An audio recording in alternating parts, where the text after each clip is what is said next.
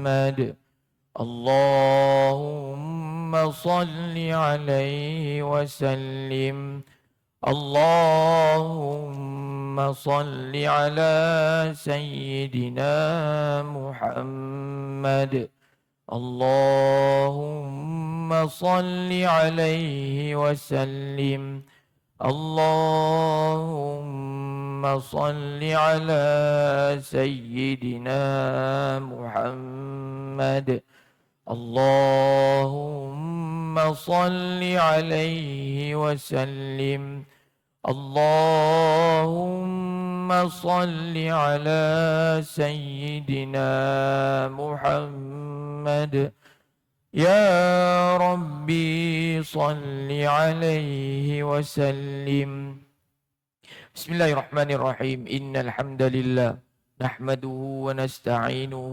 ونستغفره ونعوذ بالله من شرور أنفسنا ومن سيئات أعمالنا من يهده الله فلا مضل له ومن يضلل فلا هادي له أشهد أن لا إله إلا الله وحده لا شريك له وأشهد أن محمدا عبده ورسوله صلى الله عليه وعلى آله وصحبه وسلم سبحانك لا علم لنا إلا ما علمتنا إنك أنت العليم الحكيم ولا حول ولا قوة إلا بالله العلي العظيم رب اشرح لي صدري ويسر لي أمري واحلل عقدة من لساني يفقه قولي اللهم يا معلم آدم علمنا ويا مفهم سليمان فهمنا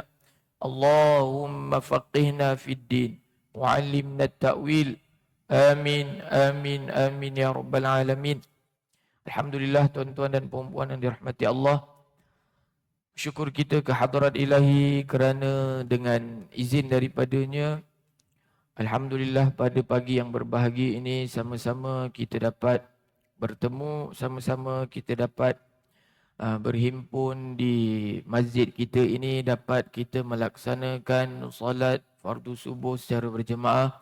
Seterusnya tuan-tuan dan puan-puan yang dirahmati Allah, dengan kelapangan waktu yang ada selepas subuh ini, sama-sama kita dapat manfaatkannya dengan kita menghadiri majlis ilmu kita pada pagi ini. Mudah-mudahan tuan-tuan dan puan-puan yang dirahmati Allah, semua yang kita lakukan ini diterima oleh Allah Subhanahu wa taala.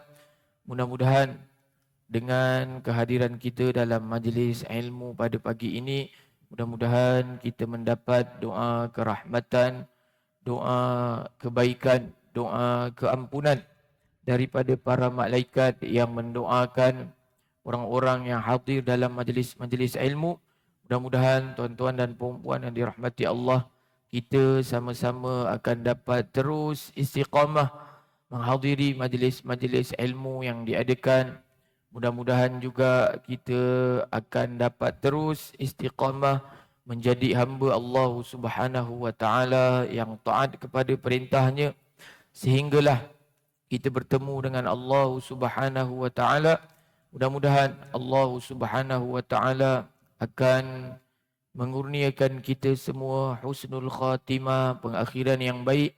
Seterusnya tuan-tuan dan puan-puan yang dirahmati Allah, mudah-mudahan di hari akhirat Allah Subhanahu wa taala akan menghimpunkan kita semua bersama-sama dengan orang-orang yang beriman di dalam syurganya insya-Allah. Jadi tuan-tuan dan puan-puan yang dirahmati Allah, pada pagi ini seperti biasa kita akan membaca kitab Al-Arba'in An-Nawawiyah. Al-Arba'in 40 hadis An-Nawawiyah yang dihimpunkan hadis-hadisnya oleh Al-Imam An-Nawawi rahmatullahi alaih.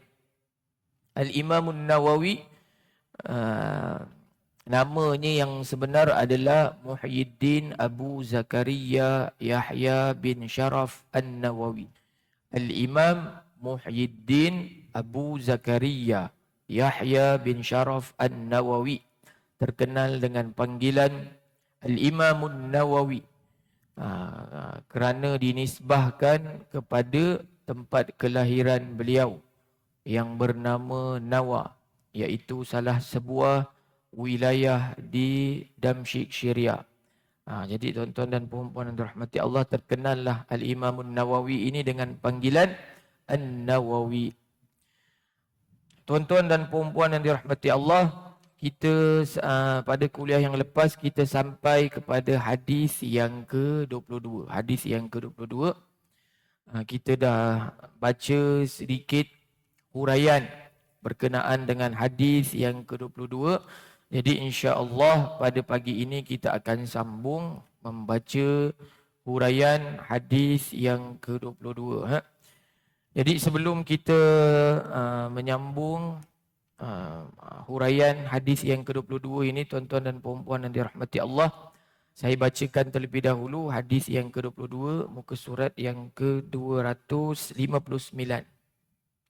Al-hadithu tsani wal 'ishrun an Abi Abdillah Jabir bin Abdillah al-Ansari radhiyallahu anhuma anna rajulan sa'ala Rasulullah sallallahu alaihi wasallam faqala ara'aita idza sallaitul maktubat wa sumtu ramadana wa ahlaltul halala wa harramtul harama wa lam azid ala dhalika syai'an adkhulul jannah qala na'am rawahu muslimun wa ma'na harramtul haram ijtanabtuhu wa ma'na ahlaltul halal fa'altuhu mu'taqidan hillahu.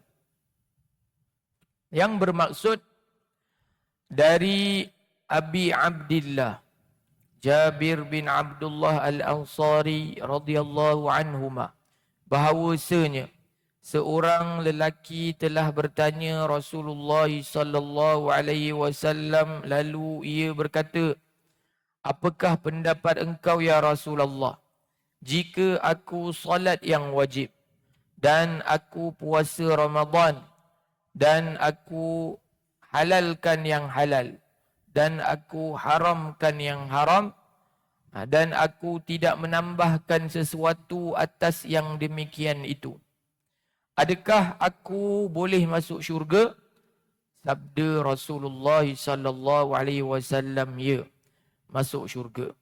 Diriwayatkan oleh Imam Muslim, dan makna aku mengharamkan yang haram ialah aku menjauhinya, dan makna aku menghalalkan yang halal ialah aku mengerjakannya dengan i'tiqad halalnya. Jadi tuan-tuan dan puan-puan yang dirahmati Allah, hadis yang ke-22 ini berkenaan dengan seorang sahabat. Kita dah sebutkan nama sahabat itu pada kuliah yang lepas. Namanya adalah An-Nu'man bin Qawqal. An-Nu'man bin Qawqal datang bertemu dengan Nabi SAW, bertanyakan kepada Nabi SAW berkenaan dengan apakah pendapat Nabi SAW jikalau beliau hanya melakukan perkara-perkara yang wajib saja, kan, iaitu mendirikan solat 5 waktu. Dia menunaikan solat 5 waktu, kan, dia tak solat sunat, dia hanya melakukan solat yang wajib saja. Dia berpuasa Ramadan, kan, puasa-puasa sunat dia tak buat, kan, dan dia menghalalkan yang halal dan mengharamkan yang haram. Dia tak buat benda haram, kan, perkara-perkara halal dia buat, dan ditanya Nabi SAW, walam azid ala dhalika syai'an, dan aku tak tambah, kan, tak tambah dengan perkara-perkara sunat. Bolehkah aku masuk syurga ya Rasulullah? Maka dijawab oleh Nabi SAW, boleh. Dan pada kuliah yang lepas kita dah jelaskan tuan-tuan dan puan-puan yang dirahmati Allah, 3 golongan ahli syurga itu, kan, 3 golongan ahli syurga itu, kan, disebut oleh Allah Subhanahu wa taala dalam surah Fatir itu, kan. 3 golongan ahli syurga, iaitu yang pertama zalimun li nafsi, orang yang menzalimi diri dia, kan, iaitu orang yang mencampurkan amalannya, amalan kebaikannya dengan amalan kejahatannya. Kan, maksudnya dia ketika dia hidup, dia buat amalan ketaatan, dalam masa yang sama dia ada juga buat perkara-perkara yang dilarang oleh Allah Subhanahu wa taala. Jadi golongan yang macam ni pun boleh masuk syurga juga, tuan-tuan dan puan-puan yang dirahmati Allah.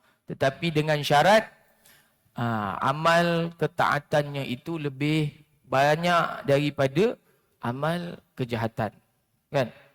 Dan yang kedua adalah muqtasid. Faminhum zalimun li nafsihi wa minhum muqtasid. Muqtasid ini apa? Adalah orang-orang yang melaksanakan perkara-perkara yang wajib, kan? Dia buat perkara yang wajib, perkara sunat dia tak buat ataupun jarang-jarang dia buat, kan? Dan dia meninggalkan yang haram. Dia meninggalkan yang haram. Jadi ini adalah seperti mana yang disebutkan dalam hadis kita ni, tuan-tuan dan puan-puan yang dirahmati Allah. Muqtasid, pertengahan, tuan-tuan. Orang golongan yang sederhana, yang melaksanakan yang wajib, tidak melakukan yang sunat, dan meninggalkan perkara-perkara yang haram ini. Golongan yang macam ni pun adalah antara penghuni-penghuni syurga, kan? Dan yang ketiga adalah wa minhum sabiqum bil khairati biiznillah. Golongan-golongan yang berlumba-lumba melakukan kebajikan, tuan-tuan dan puan-puan yang dirahmati Allah, yang melaksanakan yang wajib, dan berlumba dalam melaksanakan yang sunat, tuan-tuan dan puan-puan yang dirahmati Allah, meninggalkan yang haram, dan perkara-perkara yang makruh pun mereka ini tidak melakukannya. Ini golongan yang paling baik, tuan-tuan dan puan-puan yang dirahmati Allah. Jadi Allah Ta'ala sebut dalam ayat yang berikutnya, Jannatu adni yadkhulunaha. Mereka semua akan masuk syurga. Syurga Adn, kan? Menunjukkan kepada kita, tuan-tuan dan puan-puan yang dirahmati Allah, walaupun kita ini terkadang melakukan dosa, kan, kita pun boleh masuk syurga juga, tuan-tuan dan puan-puan yang dirahmati Allah. Tetapi dengan syarat, mestilah amal kebaikan, amal ketaatan itu lebih banyak daripada amal kejahatan itu. Okay, jadi kita pada pagi ini kita teruskan, tuan-tuan, membaca huraian hadis yang ke-22 ini, muka surat yang ke-261. Disebut lagi di sini, selain daripada hadis ini, hadis yang ke-22 yang kita bacakan tadi, ada beberapa hadis lagi yang sama pengertian ataupun hampir sama tujuan dengan hadis yang ke-22 ini. Kan? Jadi dia kata, selain daripada hadis yang kita baca ni, ada juga hadis-hadis yang lain yang maksudnya ataupun tujuannya hampir sama dengan hadis yang ke-22 ini. Jadi disebutkan di sini, tuan-tuan, hadis-hadis yang lain. Di antaranya ialah yang diriwayatkan dari Abu Hurairah dan Abi Sa'id dari Nabi sallallahu alaihi wasallam, sabdanya, "Ma min 'abdin yusalli as-salawatil khamsa wa yasumu ramadana wa yukhriju az-zakata wa yajtanibul kaba'ira as-sab'a illa futihat lahu abwabul jannah yadkhulu min ayyiha sya'a thumma tala in tajtanibu kaba'ira ma tunhauna anhu nukaffir ankum sayyiatikum wa nudkhilkum mudkhalan karima."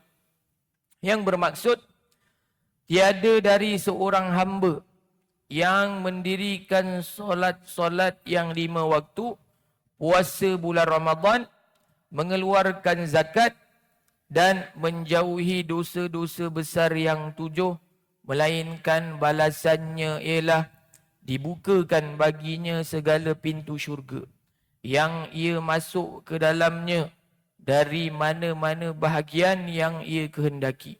Kemudian Rasulullah sallallahu alaihi wasallam membaca ayat tersebut. Jika kamu menjauhi segala dosa besar yang dilarangkan kepada kamu daripadanya, nescaya kami masukkan daripada kamu segala kesalahan kamu. Iaitu kami hapuskan dosa-dosa kamu dan kami masukkan kamu ke tempat masuk yang mulia. Iaitu syurga. Jadi suratul Nisa ayat yang ke-31. Jadi tuan-tuan dan puan-puan yang dirahmati Allah, ini dibawa datangkan hadis-hadis yang lain tuan-tuan, yang sama macam hadis yang ke-22 ini, yang menunjukkan tuan-tuan, jikalau seseorang hamba itu melaksanakan perkara-perkara yang wajib, kan, dan menjauhi dosa-dosa besar itu tuan-tuan. Disebut dalam hadis yang kita baca ni, wayajtanibul kabairas sab'a, menjauhkan diri dia daripada melakukan dosa besar yang 7. Ada disebut dalam hadis yang lain tuan-tuan. Ijtami'us sab'al mubiqat. Nabi SAW suruh kita semua untuk menjauhkan diri kita daripada 7 dosa-dosa yang membinasakan, iaitu dosa-dosa besar. Disebut sihir, bunuh diri, kan, bunuh orang, kan, lepas tu lari dari medan perang, kan, melakukan syirik kepada Allah Subhanahu wa taala, berzina, minum arak, itu semuanya adalah dosa-dosa besar tuan-tuan, kan. Jadi jikalau seseorang itu melaksanakan perkara-perkara yang wajib dan menjauhkan diri mereka itu daripada melakukan dosa-dosa besar itu, maka kata Nabi SAW, dibukakan baginya pintu-pintu syurga itu tuan-tuan. Kan? Yadkhulu min ayyiha sya'a. Dia boleh masuk di mana sahaja pintu yang dia kehendaki, tuan-tuan dan puan-puan yang dirahmati Allah. Kemudian Nabi SAW baca ayat dari suratul Nisa. In tajtanibu kaba'ira ma tunhauna anhu. Jika kamu, wahai manusia, menjauhkan diri kamu daripada melakukan dosa-dosa besar yang disebutkan tadi itu. Minum arak, berzina, kan, main judi, sihir, bunuh orang, lari dari medan perang, tuan-tuan. Kan? Jika kamu menjauhkan diri kamu daripada melakukan dosa-dosa besar yang dilarangkan kepada kamu itu, nukaffir ankum sayyiatikum, kami akan hapuskan dosa-dosa kamu. Dan wa nudkhilkum mudkhalan karima, dan kami akan masukkan kamu ke tempat masuk yang mulia, iaitu apa? Syurga, tuan-tuan dan puan-puan yang dirahmati Allah. Menurut keterangan dari Ibnu Abbas, bahawa seorang yang bernama Dammam bin Sa'labah telah datang mengunjungi Nabi SAW. Lalu ia sebutkan kepadanya perkara sembahyang yang 5 waktu, puasa, zakat, haji dan syariat Islam semuanya. Kemudian apabila ia selesai menyebutnya, berkatalah ia, Asyhadu an la ilaha illallah wa anna Muhammadar Rasulullah, dan aku menunaikan segala fardu ini dan aku menjauhkan yang dilarangkan aku daripadanya. Tidak aku tambah dan tidak pula aku kurangkan. Kemudian Rasulullah sallallahu alaihi wasallam bersabda, jika ia benar, iaitu mengerjakan apa yang dikatakan, masuklah ia ke syurga. Jadi ini adalah contoh hadis yang lain. Sahabat yang lain, namanya Dhammam bin Sa'labah itu, bertanyakan kepada Nabi SAW berkenaan dengan apa, Bolehkah dia hanya melakukan perkara-perkara yang wajib, kan? Dan dia menjauhkan diri dia daripada buat dosa besar, kan? Maka Nabi SAW kata boleh. Maksudnya perbuatan yang sedemikian, walaupun dia tak buat perkara-perkara yang sunat, kan? Perkara-perkara wajib yang dia buat itu boleh menyebabkan dia masuk ke syurga Allah Subhanahu wa taala. Jadi tuan-tuan, hadis-hadis yang sebegini tuan-tuan menunjukkan kepada kita bahawa antara perkara ataupun kepentingan, kan, sahabat-sahabat Nabi SAW adalah ataupun antara matlamat sahabat-sahabat Nabi SAW ini adalah mereka semua berlumba-lumba ingin memburu syurga, kan? Sebab itu banyak sekali hadis-hadis Nabi SAW yang kita baca tuan-tuan, banyak sekali soalan-soalan yang ditanya oleh sahabat kepada Nabi SAW adalah berkenaan dengan bagaimanakah mereka ini boleh masuk ke syurga Allah Subhanahu wa taala, kan? Dalam hadis-hadis yang lain tuan-tuan disebutkan sahabat ini bertanya kepada Nabi SAW, kan, amalan apakah yang paling baik, kan? Jadi Nabi SAW pun sebut as-salatu ala waqtiha, solat pada awal waktu, kan? Ditanya lagi oleh sahabat yang lain, amalan apakah yang paling baik? Dijawab oleh Nabi SAW, birrul walidain, buat baik kepada kedua ibu bapa.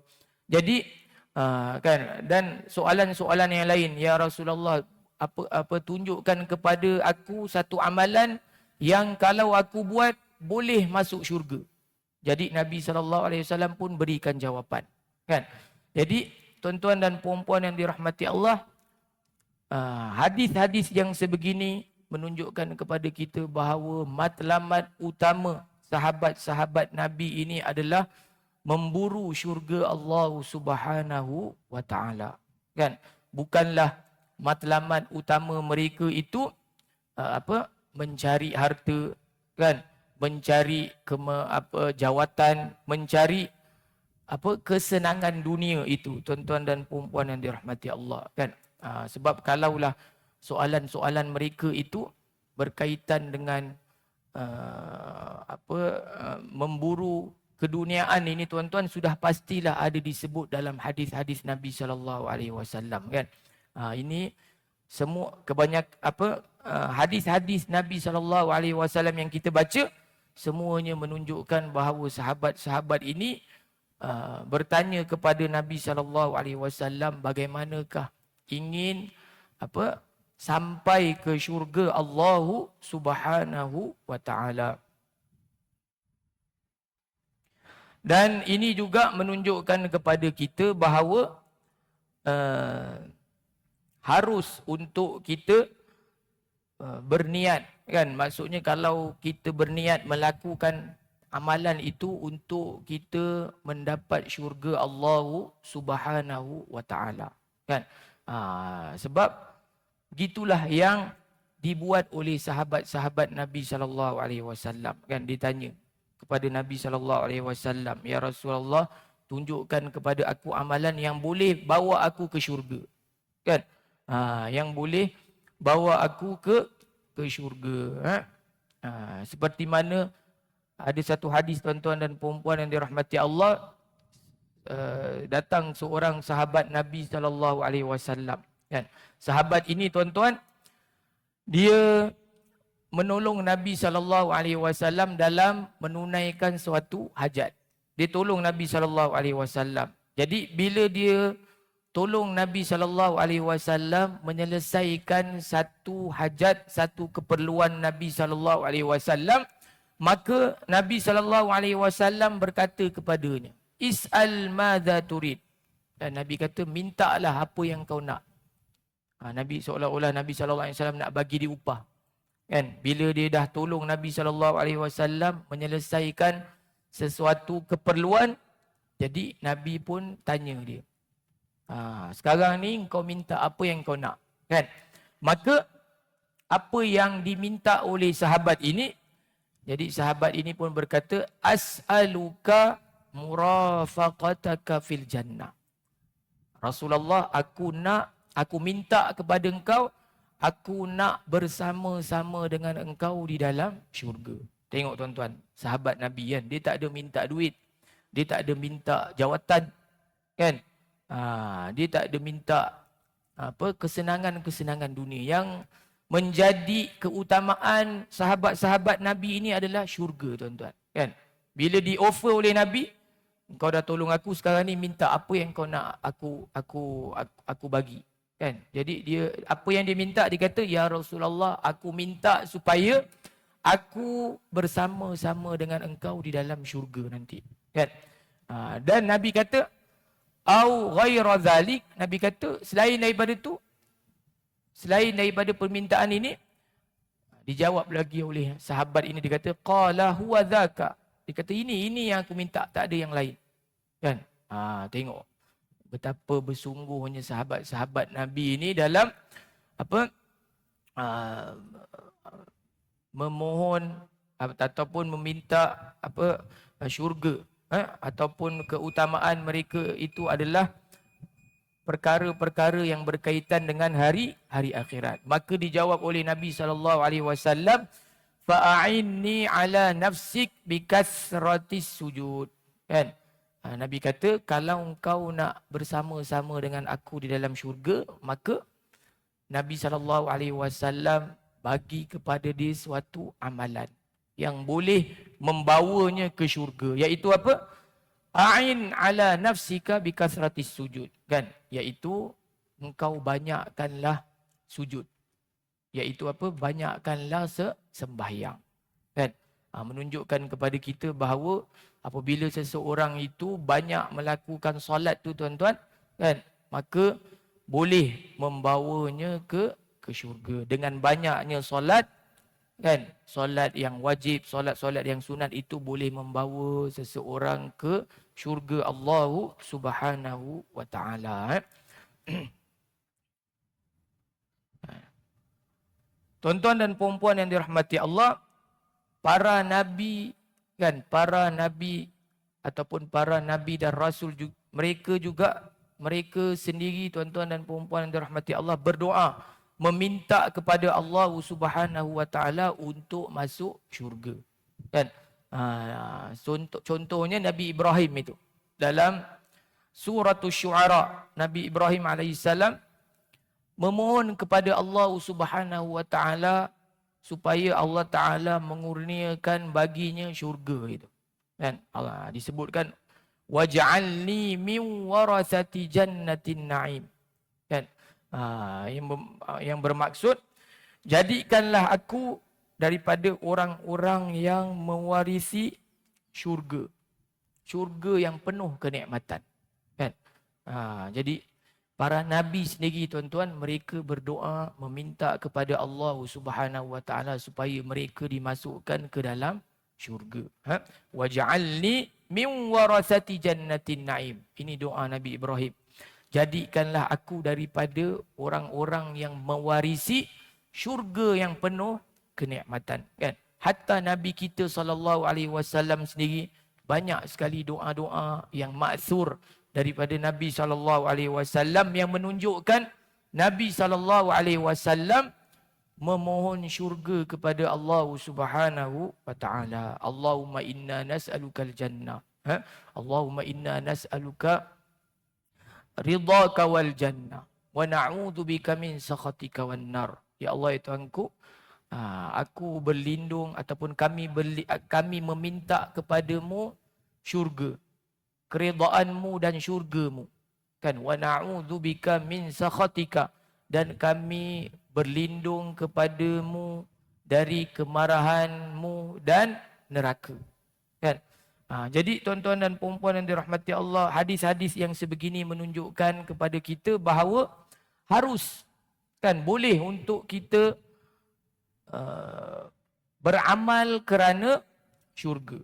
Kan? Sebab ada pendapat, tuan-tuan, Daripada golongan-golongan yang tertentu yang mengatakan seseorang itu apabila dia beramal, dia tidak boleh untuk dia mengharapkan syurga itu.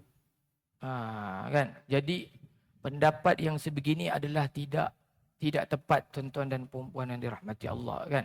Sebab kan banyak sekali hadis-hadis, kan, hadis yang ke-22 yang kita baca, dan banyak sekali hadis-hadis yang menunjukkan kepada kita bahawa sahabat-sahabat ini mereka menginginkan syurga itu, kan? Ditanya Nabi SAW amalan-amalan yang boleh membawa mereka itu ke syurga. Dan Nabi SAW sendiri berpesan kepada kita, kan, idza sa'altumullaha fas'alul firdaus fa innaha a'lal jannah. Ini dalam hadis yang lain, tuan-tuan. Apabila kamu minta kepada Allah, maka mintalah syurga firdaus, kan? Fa innaha a'lal jannah, kerana sesungguhnya syurga firdaus itu adalah syurga yang paling tinggi, kan? Ini maksudnya dalam Nabi SAW galakkan kita ini untuk memohon kepada Allah Subhanahu Wa Taala supaya dimasukkan ke dalam syurga, kan? Bagaimana pula ada pendapat yang mengatakan tak boleh apabila kita beramal itu kita semata-mata inginkan syurga semata-mata, kan?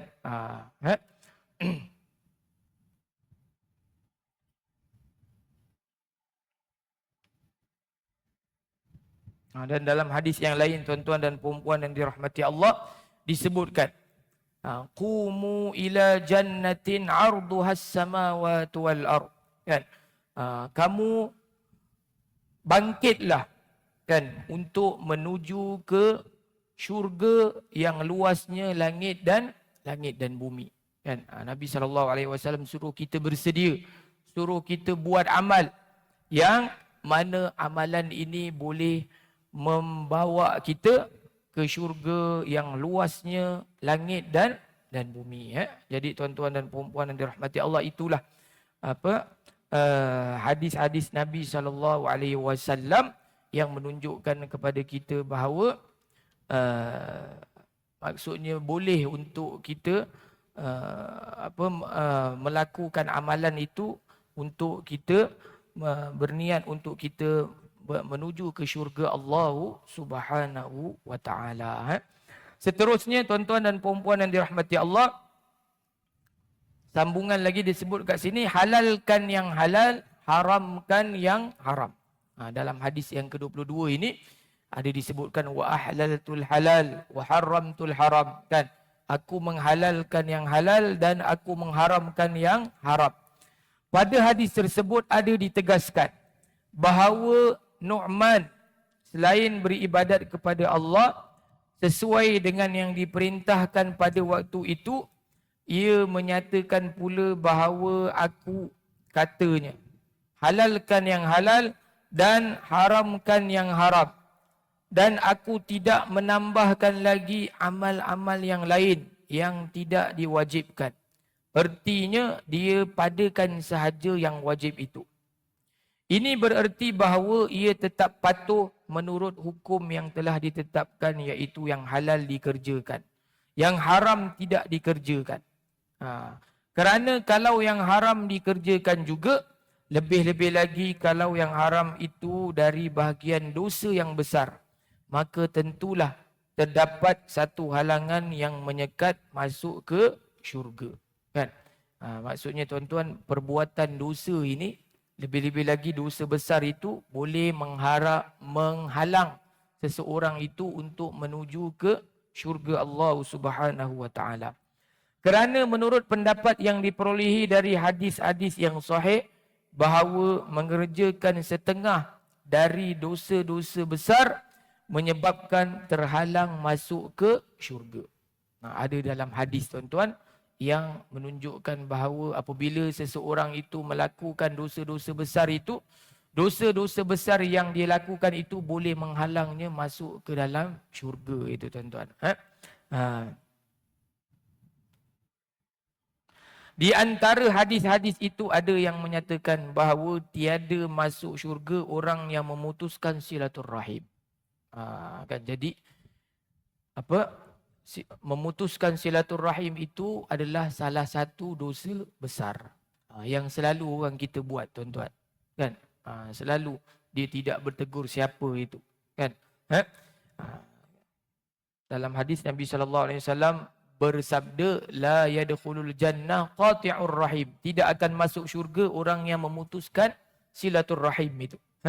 Dan orang yang di dalam hatinya terdapat sebesar debu dari takabur. Juga kan, la yadkhulul jannah man kana fi qalbihi mithqala habbatin min kibr. Tidak akan masuk syurga orang yang dalam hatinya ada perasaan takabur, sombong itu, tuan-tuan. Kan? Juga orang yang berhutang hingga dibayarkan hutang. Orang yang berhutang itu, tuan-tuan.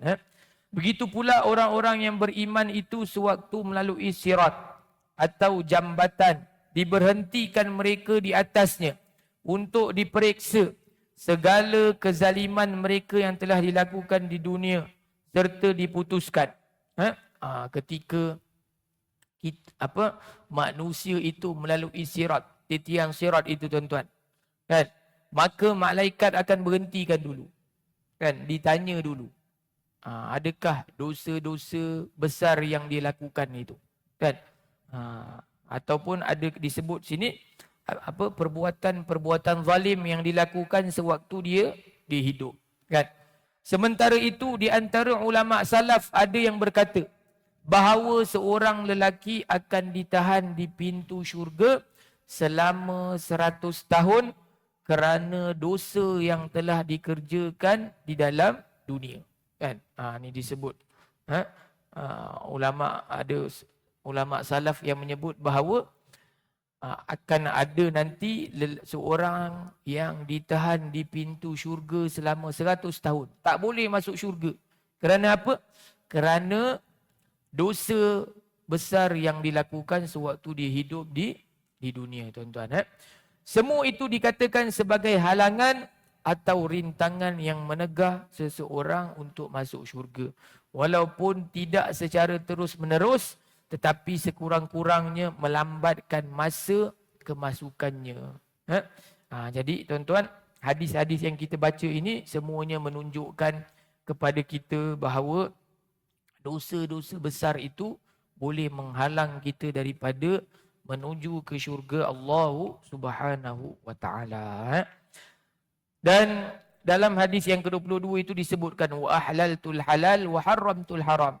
Kan, aku menghalalkan yang halal dan mengharamkan yang haram. Yang halal kita kata halal. Kan, yang haram kita kata haram. Jangan yang perkara yang halal kita haramkan. Ataupun sebaliknya, perkara yang haram kita halalkan. Itu tidak boleh. Seperti mana firman Allah Subhanahu wa taala, ya ayyuhalladzina amanu la tuharrimu tayyibati ma ahallallahu lakum. Wahai orang-orang yang beriman, janganlah kamu mengharamkan perkara-perkara yang baik, kan, yang Allah Taala halalkan untuk kamu. Kan? Jadi tak boleh, tuan-tuan dan puan-puan yang dirahmati Allah, kan, seseorang itu kita mengharamkan perkara yang halal, yang Allah Taala halalkan, tetapi kita pula pergi haram. Kan? Kan ada setengah orang yang dia terlebih baik, tuan-tuan, kan, sehingga kan perkara yang halal pun dia haramkan. Ini tidak boleh, kan. Seperti mana orang-orang Nasrani itu, rahib-rahib, pendeta-pendeta Nasrani itu, kan, yang mereka ini tidak mahu berkahwin, kan. Kita tengok sami-sami itu, tuan-tuan, kan, ataupun pendeta-pendeta Yahudi Nasrani itu, tuan-tuan, rahib-rahib itu, kan, mereka membuat peraturan bahawa tidak boleh berkahwin itu, kan. Jadi dalam Islam tidak ada begitu, tuan-tuan dan puan-puan yang dirahmati Allah. Boleh berkahwin. Yang dilarang oleh Allah Ta'ala adalah zina. Kan? Adapun berkahwin itu adalah perkara yang dihalalkan oleh Allah Subhanahu wa taala. Kan Nabi sallallahu alaihi wasallam bersabda, bu'istu bil hanafiyyati samha.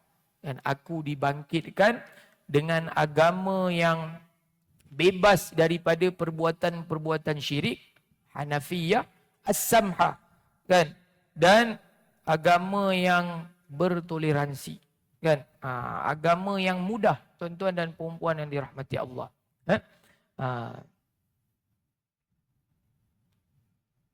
Dan firman Allah Subhanahu wa taala dalam ayat yang lain, qul man harrama zinatallahi allati akhraja li'ibadihi wat-tayyibati minar rizq. Bermaksud, katakanlah wahai Muhammad, siapakah yang berani mengharamkan perhiasan Allah yang telah dikeluarkannya untuk hamba-hambanya, dan demikian juga benda-benda yang baik lagi halal dari rezeki yang dikurniakannya, kan? Katakanlah semuanya itu ialah nikmat-nikmat untuk orang-orang yang beriman dan juga yang tidak beriman dalam kehidupan dunia. Kan? Jadi perkara-perkara yang Allah Ta'ala halalkan, jangan suka-suka untuk kita haramkan. Dan begitulah sebaliknya, perkara yang haram jangan kita menghalalkannya. Kan?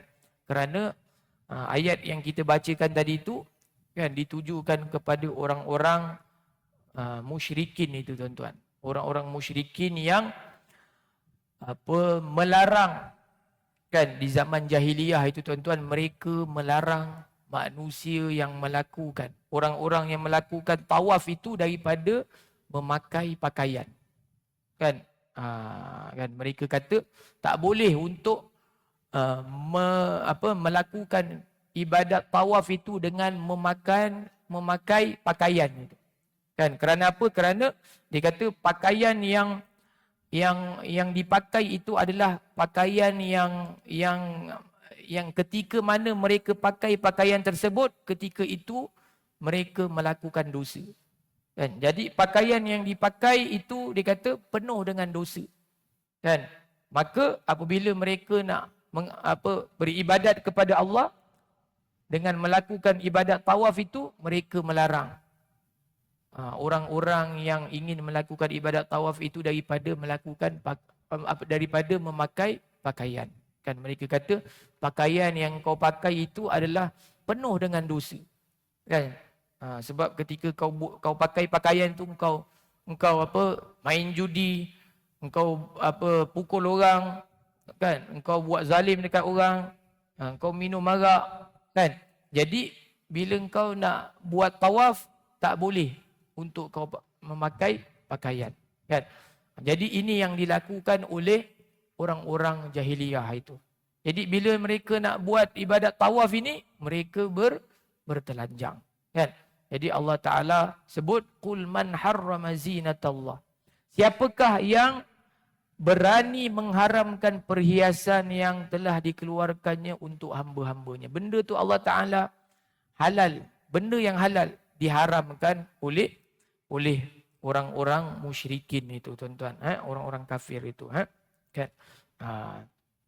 Jadi kita pun, orang Islam pun boleh untuk kita memakai pakaian yang cantik, yang bagus, kan? Kenderaan yang cantik, kan? Kereta yang bagus, tuan-tuan, tempat tinggal, rumah yang cantik, kan? Boleh, tuan-tuan. Diharuskan dalam Islam. Cuma yang tak bolehnya adalah, maksudnya min ghairi sarafin wala bakhilah, kan? Maksudnya tak bolehlah sampai membazir, itu tak boleh. Dan untuk tujuan kemegahan, tuan-tuan, bermegah-megah itu dilarang, kan? Adapun untuk keperluan hidup, tuan-tuan dan puan-puan yang dirahmati Allah, itu semuanya dibenarkan dalam syariat Islam itu. Jadi tuan-tuan dan puan-puan yang dirahmati Allah, selesai kita huraian hadis yang ke-22 dalam kitab Al-Arba'in An-Nawawiyah. Jadi insya-Allah tuan-tuan dan puan-puan dirahmati Allah, pada kuliah yang akan datang kita akan masuk kepada hadis yang seterusnya, iaitu hadis yang ke-23. Jadi mudah-mudahan ada manfaatnya apa yang kita dengar pada pagi ini. Jadi mudah-mudahan dapat memberikan motivasi kepada diri kita untuk kita terus melakukan amal ketaatan kepada Allah Subhanahu wa taala, istiqamah dalam melaksanakan amal ketaatan, dan kita berusaha sedaya upaya kita untuk kita menjauhkan diri kita daripada melakukan dosa-dosa besar dan juga dosa-dosa kecil itu, tuan-tuan dan puan-puan yang dirahmati Allah. Dan banyakkan buat amal ketaatan, kerana amal ketaatan itu boleh menghapuskan dosa-dosa kecil yang kita lakukan. Mudah-mudahan ada manfaatnya. Apa yang baik datangnya daripada Allah Subhanahu wa taala, yang tidak baik datangnya dari kelemahan diri saya sendiri. Kita tutup kuliah kita pada pagi ini dengan membaca tasbih kafarah dan surah Al-Asr. Subhanakallahumma wa bihamdika asyhadu an la ilaha illa anta astaghfiruka wa atubu ilaik. Bismillahirrahmanirrahim. Wal 'asr innal insana lafi khusr illa alladhina amanu wa 'amilus salihati wa tawasaw bil haqqi wa tawasaw bis sabr. Bismillahirrahmanirrahim. Allahumma anfa'na bima 'allamtana wa zidna 'ilma ma yanfa'una. Allahumma inna na'udzubika min 'ilmin la yanfa' wa min qalbin la yakhsha' wa min nafsin la tashba' wa min da'watin la yustajabu laha. Allahumma ati anfusana taqwaha wa zakkiha anta khairu man zakkaha anta waliyuha wa maulaha.